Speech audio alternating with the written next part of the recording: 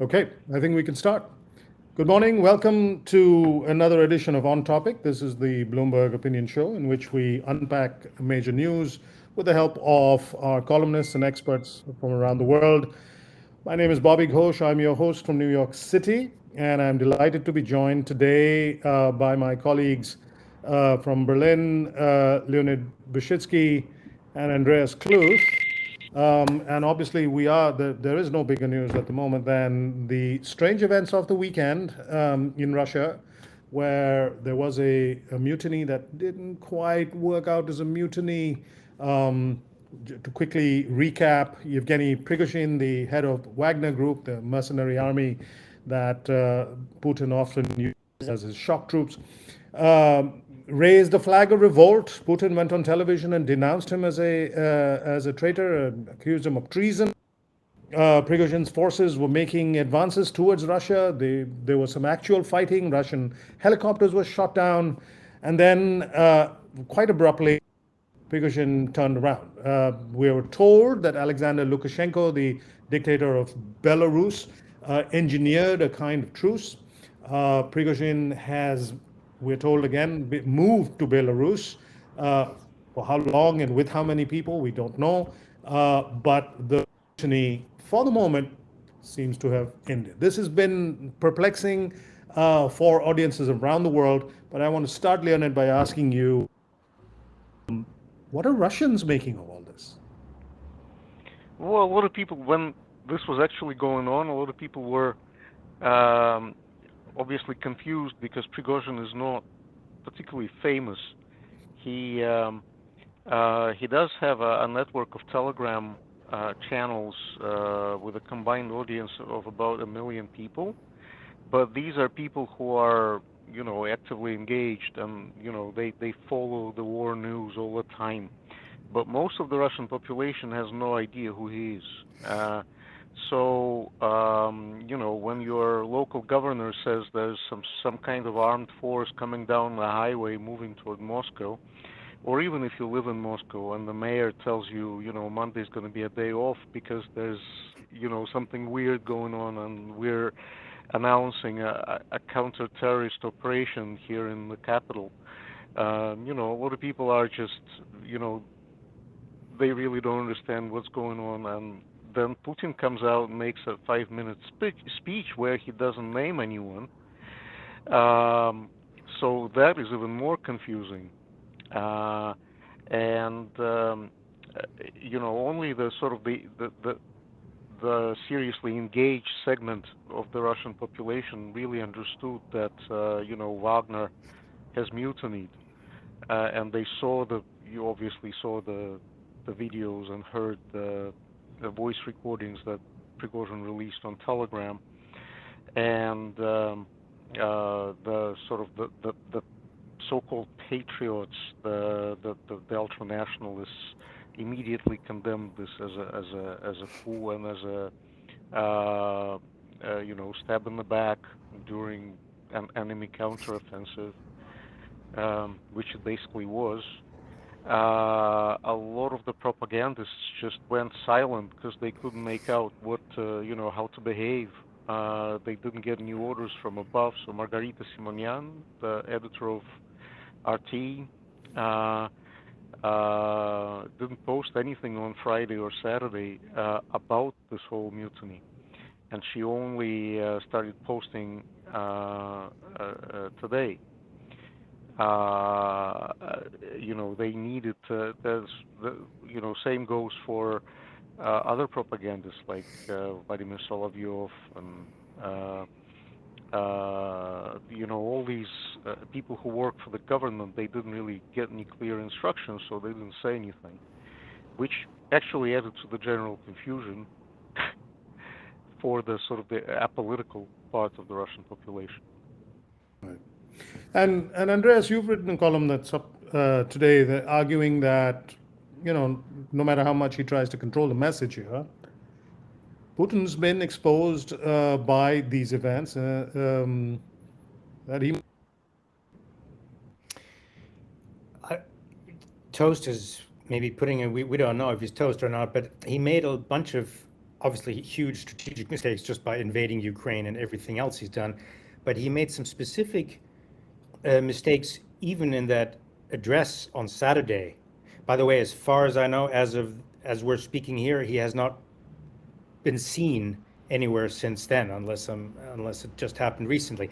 But in that address, he made several things. He was, of course, trying to hit the right tone, and he didn't. And I think it was a mistake that he said, "Hey, these traitors." That's like what happened in 1917 when the soldiers mutinied, because that reminds people of, oh, there was a Tsar who later got executed, who was weak. There was a war and we were losing it. There would then be a civil war and a revolution. Which side should I be on? So that was the wrong image to plant. He went on then, threatening 3 times in different words. The punishment will be for treason will be severe and harsh. It'll be inevitable. We'll hold them to account. A few hours later, he said became known all charges are dropped. If in fact that is the way that's the story stays that way. All charges are dropped, and he's going to Belarus. And most humiliatingly, it was Alexander Lukashenko, the baby dictator of the two, right? I mean, until now, Putin always tried to be the dictator saving the dictator named Lukashenko, and had in his mind a union state of greater Russia at some point. Now Lukashenko, who's already physically much larger, looked like he bailed out Putin. So I think it just looked bad, and then he disappeared. Yeah? So in that way, he must. I mean, no one can have seen that and then seen the disappearance and think, wow, this guy is strong. That's not, he's supposed to be a strong man. So I think he's a weak man. Well, just to video that came out just minutes ago, it appears Putin sitting behind a desk and speaking. We don't know when the video was shot. It may be an old one, but he seems to be addressing some sort of a youth congress that's taking place. No mention of the events of the week, which is okay. That would be interesting if someone can analyze that video. So obviously I didn't see it. There's a video of Shoigu, the defense minister, whom Prigozhin has been targeting, number one target. Also not clear when that was taken. So, Leonid, some sort of a deal was made that Lukashenko supposedly engineered. What do we know, if anything, about the deal beyond the idea that Prigozhin's supposed to go or has already gone to Belarus? Well, you could probably make an educated guess about the nature of the deal. The whole escapade was undertaken because the Prigozhin faced an ultimatum from the defense ministry. Either you guys sign contracts with the defense ministry to keep fighting, or you get disbanded. And so that would have meant that the state funding for Wagner, the mercenary army, would be cut off. And obviously Prigozhin on his own does not have the money to fund an army, not even to pay the fighters, let alone, find ammunition, all sorts of military equipment. So, he needs a lot of funding to continue. So he basically, this whole desperado adventure was sort of along the lines of, prince mercenary conflict in the Middle Ages, when the mercenaries don't get paid and, they show what they can do when they don't get their money. So any deal that Lukashenko has brokered must involve a new source of funding. If Lukashenko is taking them,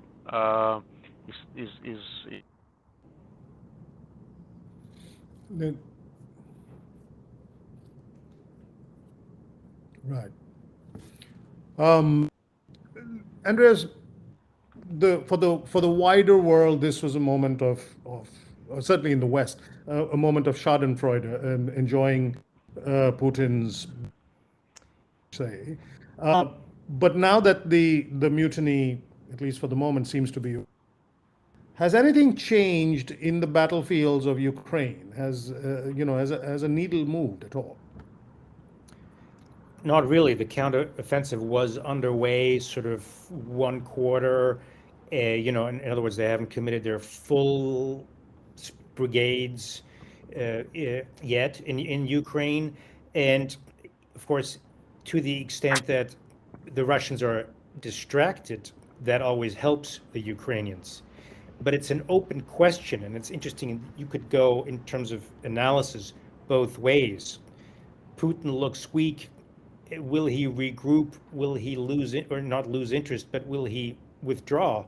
Or will he, as he's said in the past about himself, it feels like, does he feel like a cornered rat, so under threat that he now does something crazy, like the rat that attacks the person cornering it?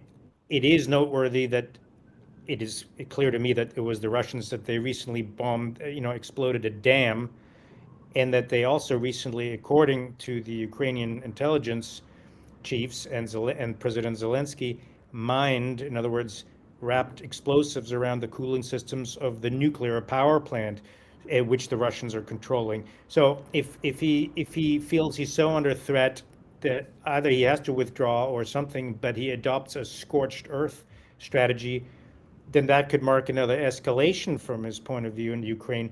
But we just don't know. I mean, if there is mayhem, for instance, if the Russian regular troops in Ukraine, if their morale collapses, all these unknowns, it would be good for Ukraine.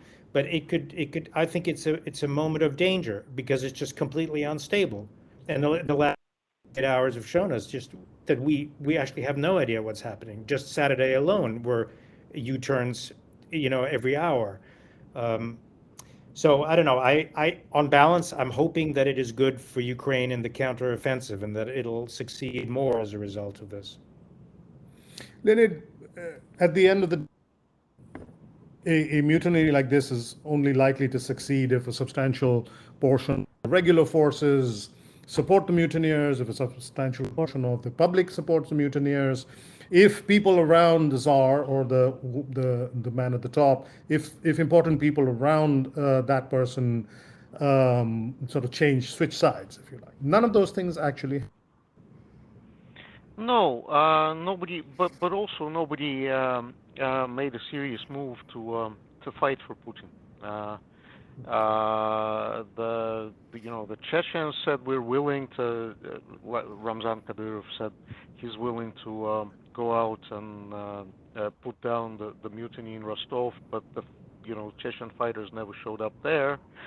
Nobody really, apart from a couple of military helicopters, tried to attack the column that was moving toward Moscow. The generals at the headquarters in Rostov continued commanding the Ukraine operation as if nothing happened, just as the Wagner fighters were patrolling their building. And that actually is one of the reasons why the Russian front held and nothing really happened in terms of Russia did not really suffer any damage on the battlefield from the mutiny is because the command and the supply chains weren't disrupted. Everything just went as usual. So the reason Putin is really coming out weak from this is he should realize that some people pay lip service to loyalty to the president, but nobody actually did anything to defend him and to put down the mutiny. So that is that is kind of the scary part for Putin, and maybe potentially something good for Ukraine, because if there's a vacuum at the top in Russia, that ultimately benefits the Ukrainians. And by the way, to Andreas's point about the dam explosion, Ukrainians appear to be the ones taking advantage of that explosion now, because they've actually established a beachhead in the last 2 days on the left bank of the Dnieper, and the Russians are having a hard time trying to beat them out of that little area that they control around the ruined bridge, the Antonov Bridge near Kherson. So, Andreas, you wanted to Ukrainians comment are on trying to use the moment. Right. I was going to pick up on something Leonid said earlier, which I found interesting. Of course, Leonid can watch Russian television and understand it directly without translation, as I have to. But that the propaganda chiefs in Moscow and in Russia are sort of like deer caught in the headlamps. They don't know what to do. Because right now, because one of the most interesting to me things, I'm interested in national narratives. And the Ukrainians have a strong narrative. The Russians have to me, ludicrous but strong narrative, and they keep changing it. One of the things that Putin did in this barrage of videos that he released on Telegram just before the mutiny, in one of them, he said, well, they told you we had to, we're the victims, we had to attack Ukraine because they're really neo-Nazis and puppets of the West, and NATO is really attacking us. That's all nonsense, he said. It was a racket in the Donbass. It was basically we're pillaging and dividing up the spoil, so don't believe that. He just mentioned that, of course, with a lot of vulgarity, and he said this whole war is, I think, a shame show, he said it. I think that was the translation. This is fascinating. As Leonid said, he may not be famous. I don't know how many Russians are going to see that video, but it's sort of like, oh my God, the whole narrative is gone. What do you do? How do you rebuild it, or do you adopt another one?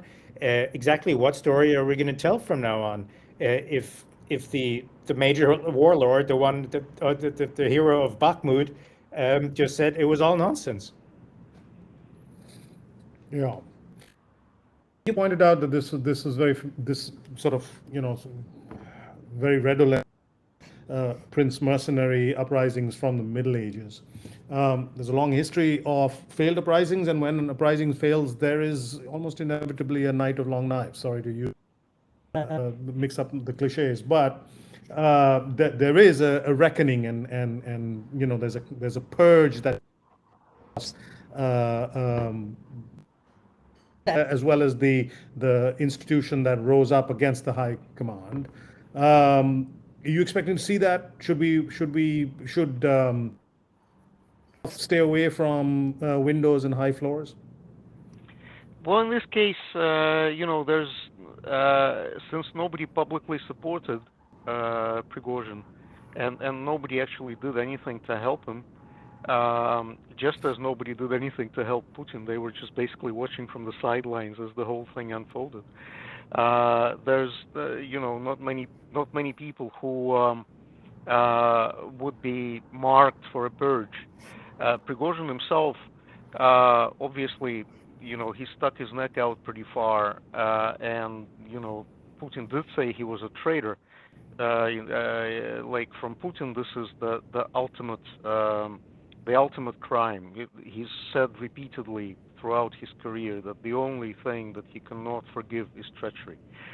So obviously, Belarus, which is increasingly treated as part of Russia, is not a very safe place for someone like that to hide, unless he's doing something extremely useful. And he will be used if if some sort of compromise is found on how he can be used, because there are precedents. Ramzan Kadyrov actually fought on the other side, and he was a turncoat. He went over to Russia during the Second Chechen War and was basically handed Chechnya as a personal fiefdom and as a reward. So Prigozhin is not necessarily finished.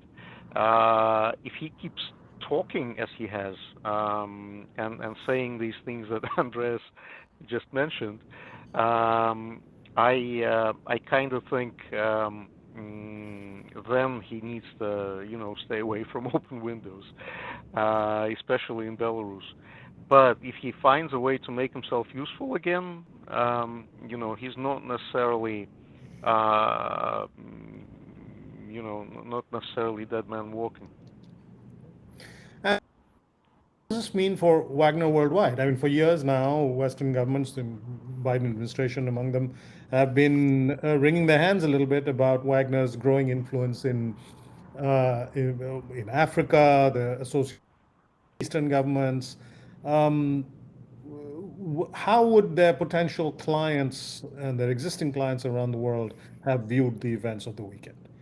There's been a question mark about the future of Wagner and its original purpose for a while, because the whole point of these paramilitary, these private armies, is to give the states, which obviously call the shots, plausible deniability, or maybe not plausible, maybe just deniability.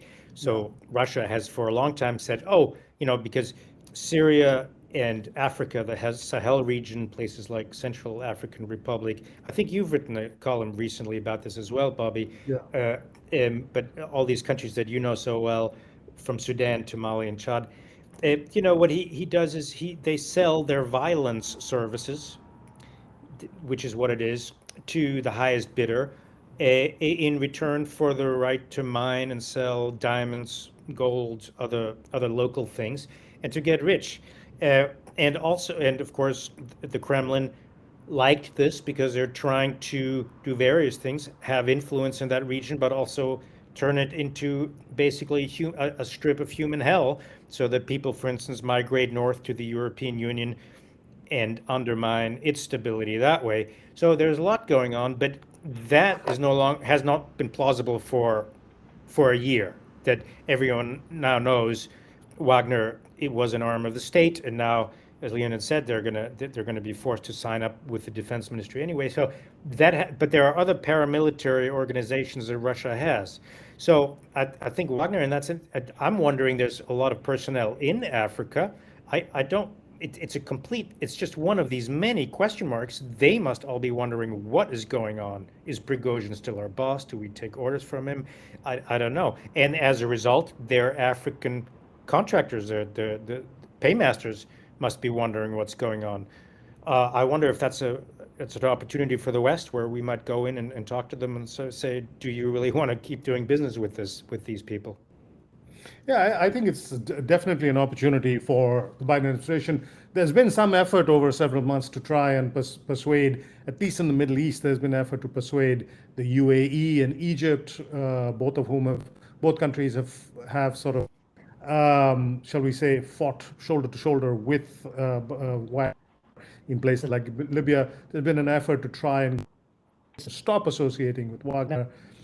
It hasn't been particularly successful because countries didn't just see utility in Wagner per se in battlefields, but they also saw Wagner as an extension of Putin, and therefore keeping Prigozhin on the rolls, so to speak, or keeping Prigozhin on their side would also give them, a way to please Putin. But now that's, I don't know whether. But I'm curious, Leonid. You said that Prigozhin in Russia in the way that we sometimes think he is.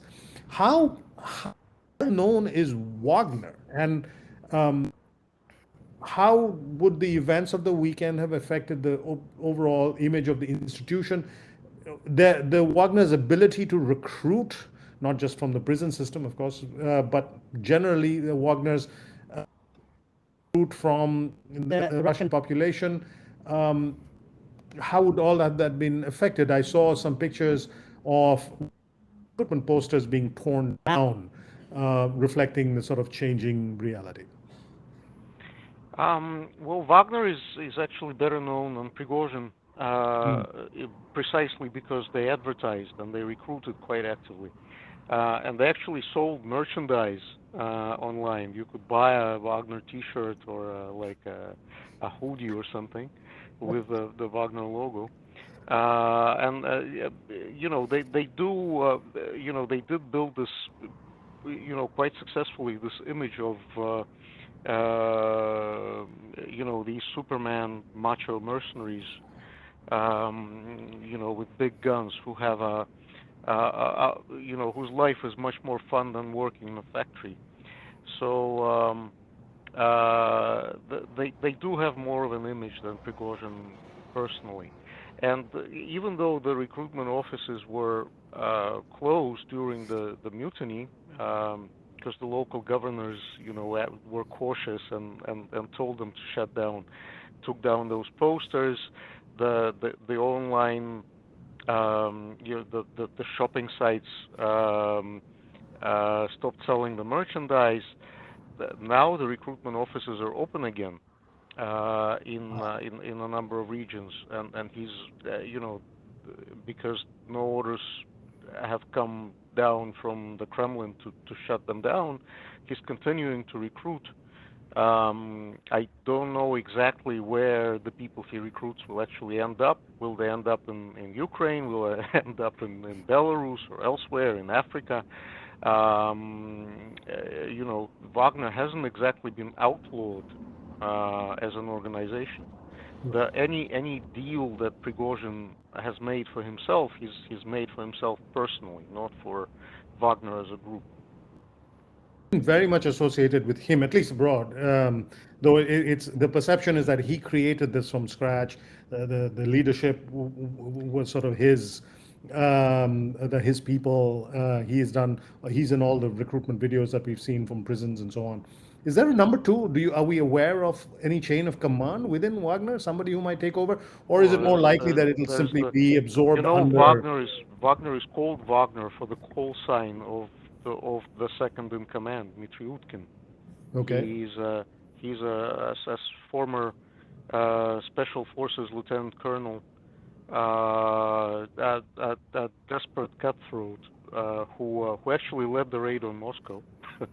So he's the sort of the mastermind of their military operations, because he's the guy with experience. He's fought everywhere, and he's got a fearsome reputation. Prigozhin, he did the money stuff and the ideological and the PR stuff. The military stuff was handled by professionals. Prigozhin is no military professional. He's he's an ex-convict. He's a caterer. He knows much more about cooking than about war. That's fine. That is really fascinating. But presumably, if the number two was in charge of the operation against Moscow, presumably he's not going to be trusted by Putin going forward. I really don't know. I mean, he was never particularly popular with the official military or the FSB, because he's an adventurer. He's respected as a pro, but not particularly liked. I don't know what his status is these days. He's not much of a. He's kind of media shy, Right. Andreas, we're down to a couple of minutes, but you're the history buff in this group. Any interesting? We're all history buffs. Any interesting parallels that we can find in history about failed putsch? At this point where things are so in flux, historical parallels don't work yet, because you're going to pick the wrong one, or you're going to, by picking one, you think you know how it's going to go, and then it goes differently. I think we're all humbled, and just this is like the best HBO series ever. I mean, you'd hardly believe it if they made this into a series. It's like Game of Thrones. But I'm wondering, maybe I can make it a question to both of you, they let Prigozhin at least temporarily off the hook, because they thought he, at least as of Saturday, that he still had some power and could threaten them. Maybe there's something we don't know. Does he still have some power base? If he has no power base and he goes to Belarus, well, then surely I would think he's toast. Prigozhin is toast, and he'll have to check his underwear for Novichok. So is there some leverage he has? What could it be? Is there some leverage Putin is missing that would make both of them agree to this mediation by Lukashenko. Leonid, what leverage could Prigozhin have? Well, you saw what leverage he has. He has like several thousand, desperate cutthroat fighters But who that was can. Saturday. Yeah, well, they're still there. Nothing happened to them. They pulled back in an orderly manner from both Rostov and the Moscow region. The columns just went back to camp. So these people, if there's like if they do something like this again, they can wreak havoc pretty much anywhere. If you unleash them on Washington D.C., they would mess it up, you know. But do you So think they still answered to Prigozhin, or yes, are they not now very shocked and horrified that he sold them out? he's the guy who pays their salaries still, and will continue paying them from Belarus or elsewhere if he's really made a deal. And how about Russian So soldiers? How would Russian soldiers take all of this? I mean,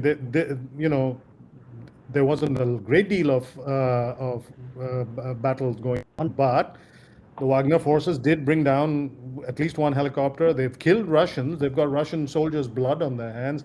Can they yeah, fight shoulder to shoulder on the battlefield in Ukraine with the regular army now? well, there was always some tension between them and the regular army, uh, but and they've kind of acted pretty high-handed, and they've disarmed, members of the Russian regular military. There have been, pretty public altercations, but they still continued fighting side by side because, they were pretty effective as a unit, and so, if you've got someone like that fighting on your side, it reduces your losses, it reduces your risks. On the battlefield, the logic of the people who cooperate and who fight together is somewhat different than ours sitting here in a nice office. Yeah, the point well taken. I think we'll be watching events over the next weeks very closely to see how they pan out. I suspect we'll have more of these conversations in the days ahead. But in the meantime, Andreas and Leonid, thank you very much for joining me this morning. And to all of our listeners and viewers, thank you for joining us. We do these live streams every day. Twitter @opinion. You'll know what's coming up. Please go to bloomberg.com/opinion. Read Andreas and Leonid's terrific columns written on the fly. Amazing columns about the weekend, and also all of our colleagues from around the world on a wide range of topics. Thank you, gentlemen. Thank you Thank all. you. Thank you, Bobby.